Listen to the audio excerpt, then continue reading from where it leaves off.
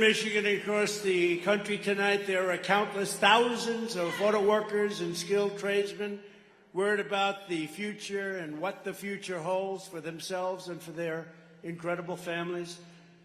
I want to begin this evening by saluting these truly great Americans who do not get the credit they deserve. You don't get the credit they deserve.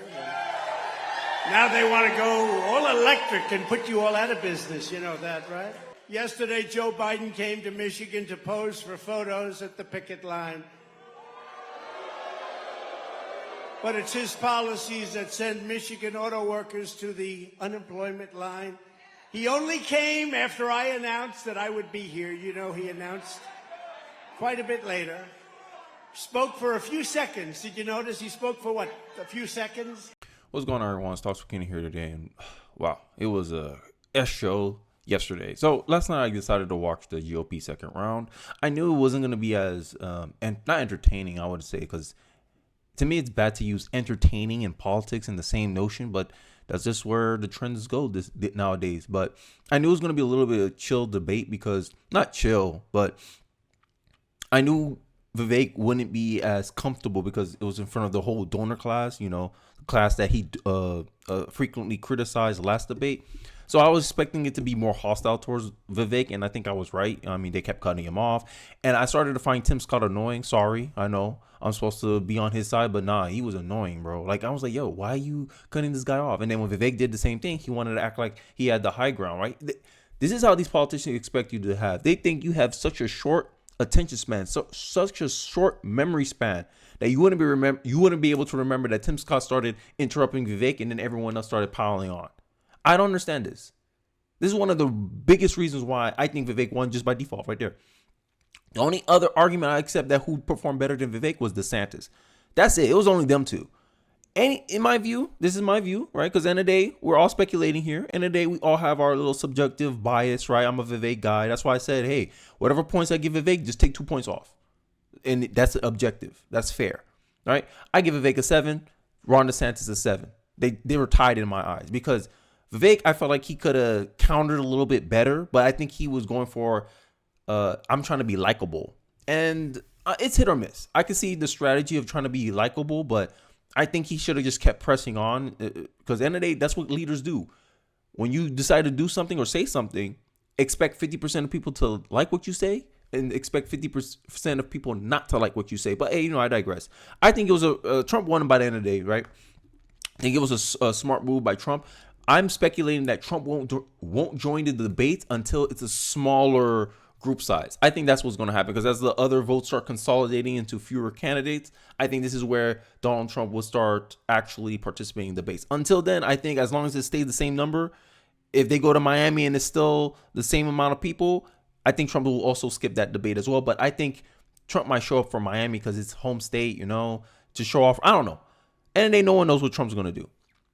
So I wanted to kind of talk about how it was a smart strategy by Trump to try to address the auto workers in Michigan.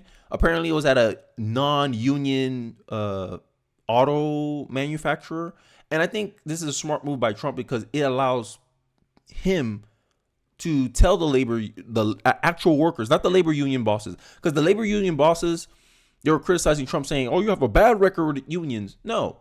Trump's like, hey, I have a good record with the workers. Hey, I bring manufacturing here so they have more opportunity to find a better job somewhere else. Introducing competition to the manufacturing. And this is some of the trade-offs with labor unions. The union leaders want a specific outcome, and it may not necessarily benefit the workers that he's supposed to represent. Right? This is why I don't take union leaders seriously. You care about the workers, you talk to the workers, and I think that was a good strategy by Donald Trump, because he can show how some of Biden's policies is incentivizing companies to push manufacturing overseas. That's why he brought up electric cars, whatever. But I digress. I think I want to go into the debate, because this is what this video is actually about. But how can you talk about GOP debate without Donald Trump? Because apparently he kept bringing it up frequently. And there's a strategy, what they say, right? You don't address someone that's not there, because it makes it seem everyone that showed up less significant. Oh, so-and-so didn't show up. Oh, man, so-and-so should have been here. And that's the energy I kept feeling, right? And Chris Christie didn't make it any better by calling him nickname Donald Duck. Like, Donald Duck Trump will duck third debate even after previous no-show got him called Donald Duck. Like, who cares what nickname a politician gives Trump? It cares what the voters think. If the voters were calling Donald Duck, that would have been more significant than Chris Christie calling Donald Trump Donald Duck. But this is how inflated that politicians think. So now I'm gonna start talking to the pundit class, right? Ben Shapiro, that debate was an S show, obviously, but it's also clear that there's only two candidates at the stage running for president: DeSantis and Haley. Quick grades. Now, look, I'm the first one to say everyone has a bias, but this is crazy, right? I don't even remember what Nikki Haley was talking about, bruh. All I remember, the only impression I remember is that Nikki Haley kept interrupting Vivek. She insinuated that she got dumber by listening to Vivek, even though it's clearly the Vivek is smart. But she I don't know why. I think everyone just give her an extra grade because she's a female, right? So if I take a grade off her, she'll be a C minus. That means she performed less than Vivek, and that's how I see it. It was pretty close. Chris Christie got a C. I don't think Chris Christie, I don't know anything about him. All I heard from his mouth was Trump and him shouting at people. That's all I remember. Vivek is the only one I clearly remembered something, but that could be my bias too. But I remember what DeSantis was saying. DeSantis said he agreed with the education point. DeSantis agreed with Vivek with the border security issue, right? I remember those. Those are memorable. I remember DeSantis trying to be the big kid in the room and say, "Hey, yo, like everyone calm down," which made DeSantis look good to me. I was like, "Yo, like he's trying to focus on the issues." When they was asking, "Oh, who should be on the choppy block on the stage?" DeSantis was like, "Yo, what are we wasting time doing this? This is some like theater-ish." And I agree with DeSantis when he said that. And some people didn't like it. Some people thought he was a kitty cat for doing that, if you can infer what I'm trying to say. Because he didn't want to name someone and say, no, this person shouldn't be here running. But I think DeSantis was just focusing on what he came there to do. Hey, I want to focus on the issues. I want to focus on Biden or Trump, which is smart on his part. I don't think that Haley got a B minus. I think she got a C minus. Vivek C plus. My bias will come in, so I'll give Vivek a B plus. So it airs out, but you get what I'm saying. You get a more complete picture. He says what for Borgum, sorry, the North Dakota governor. That's all I can remember him by. Scott and Haley did this. They performed at the same level, right? I don't know, man. I don't know how maybe Ben, this is just a tweet. Obviously, you can't get into nitty gritty details, but honestly, I don't understand how anyone can see that Haley is second place. I don't know why it's going on. It seems like the super conservative. I don't know if I could call Ben super conservative. He is. That wing, that traditional conservative wing, they seem to like Nikki Haley. I don't know why. We had the Univision lady up there. Bro, when I saw her, I was like, damn, I be seeing her at my tia's house, which is my wife's aunt, by the way, right? So this is someone who I align more closely politically with. It's obvious everyone united against Vivek. To me, I don't know how Ben missed this, but I guess if Nikki Haley's interrupting people, that's fine. But last debate, I remember he was chastising Vivek for, saying stuff that's not true. I like to value people on there, like morally. That's just me subjectively. I think Vivek did a wrong job by calling everyone a puppet by the donor class. No proof. But Nikki Haley's out here calling people dumb, essentially. Oh, no. Only two people are running for president. Nikki Haley and DeSantis. Look, bro. Hey, man. Ben might be wrong again, just like he was 2016 with Trump. It just shows that no one knows what they're talking about. It's just, we're all speculating here. Okay? All of us. It's obvious everyone united against Vivek. They wanted to eliminate his rise tonight. Too many use the same lines. It's as if the RNC and someone fed them all the same lines. Yes, because they're in a room full of donors. They were like, yo, I need some money. I need some money for my campaign so I can make it to Miami. That was what the whole focus was on that debate today. DeSantis kind of, he was smart. He did kind of both. He said some talking points, and then he's like, okay, let me focus on policy because I'm trying to get to American people too. Vivek, obviously, I think in California, Vivek was in hostile territory because he was in a room full of donors. So I don't think they cheered for some of what he said, but I don't know. So I want to just end this video off with a couple of points that I think Vivek did good on. I think his best point was, I believe, young Americans, right? And I think because they try to bash, like, this is how out of touch Nikki Haley is. She was trying to bash Vivek over TikTok. Like, look, if you want to reach the, because end of the day, if you want to, if your ideology, or if your let's say religion, for instance, if you wanted to have a future, you need to be able to influence the younger generation. And it seems the hand waviness of, oh, you on TikTok? It's a security risk.